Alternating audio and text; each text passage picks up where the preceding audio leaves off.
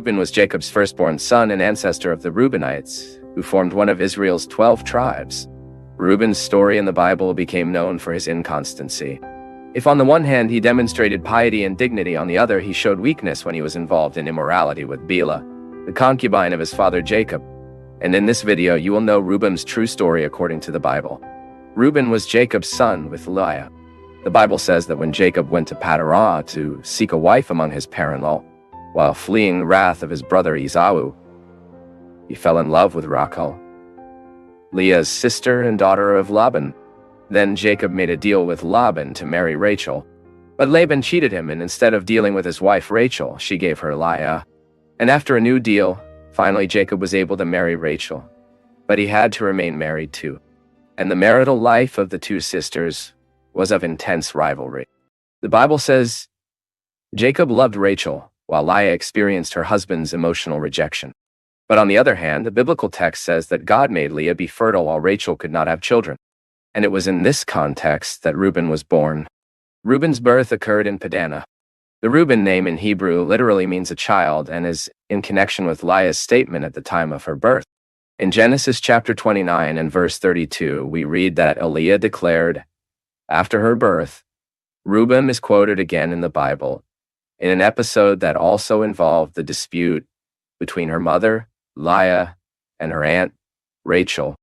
In Genesis chapter 30, from verse 14, the biblical text reports that Reuben was in the field during the wheat harvest when he found some mandrakes and decided to give them his mother. At that time, the mandrakes were used as an aphrodisiac, and people believed that it had certain properties that could favor women's fertility. So when Rachel saw the mandrakes that Reuben had found as a favorite wife, she made a deal to deliver her mandaries in return for being able to spend a night with Jacob. Obviously, Rachel was wrong because power over life was in the hands of God and not in the alleged aphrodisiac properties of the mandrakes. Even in this episode, who ended up pregnant was Leah, not Rachel. This is what we read in Genesis chapter 30 and verse 17, where the biblical text says that God heard Leah and she conceived and gave birth to her fifth son. Later, when Reuben was already a man formed and Jacob's family was already living away from Padanah, he made a very serious mistake and was marked negatively for it. The Bible says that Reuben has been involved in a clumsy and illicit relationship with Bilhah, the concubine of Jacob. The brief record of this relationship between Reuben and Bilhah is recorded in Genesis chapter 35 and verse 22. The biblical text does not bring details about this episode, but makes it clear that Reuben slept with Bilhah. Scholars argue that Reuben's attitude perhaps was motivated much more for strategic and political purposes within the Laban clan than simply by desire. It may be that when lying down with Bilhah, Reuben wanted to ensure that Rachel's personal servant had no chance to supplant his mother Leah as Jacob's main wife, since Rachel, the wife Jacob loved, had died. Another possibility is that Reuben intended to take the leadership of Jacob's family, as in the former Nearby East. Sometimes a son seized his family's leadership by taking his father's concubine. In any case, the book writer of Genesis only informs that Jacob learned of what Reuben had done,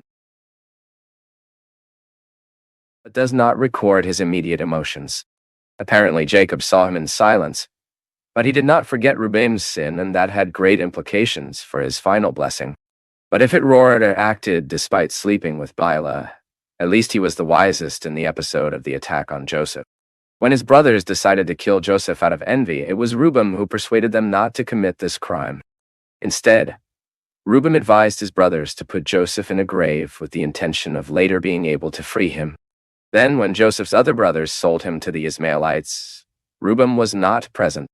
Even he became very distressed when he later found empty the grave he was in. Reuben's behavior before his brothers' plan against Joseph is recorded in the book of Genesis in chapter 37, from verse 37. And later, when Reuben and his brothers were in Egypt acquiring cereals during the time of hunger, to being pressed in the plot armed by Joseph, whom they had not recognized, Reuben interpreted that this complicated situation was the result of God's judgment for what they had done against Joseph. When Joseph's brothers had to bring Benjamin to Egypt, Reuben offered his own children to Jacob as a guarantee of Benjamin's security, as we read in Genesis chapter 42 and verse 37. Then, according to Genesis chapter 46,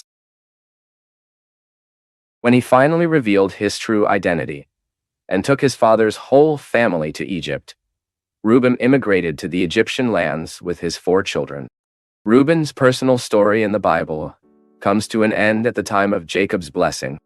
The Bible says that when Jacob blessed his children before he died, Reuben eventually received a kind of anti-bration.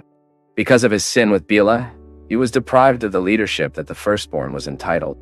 At that time, the biblical text says that Jacob declared about Reuben, "Reuben, you are my firstborn, my strength and the principle of my vigor, the most excellent in highness, and the most excellent in power.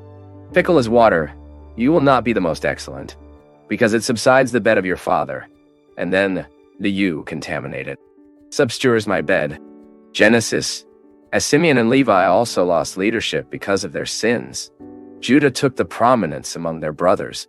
But Reuben's offspring was not deprived of receiving an inheritance in the distribution of land when the territory of Canaan was conquered by the sons of Israel, occupied by the Gad tribe.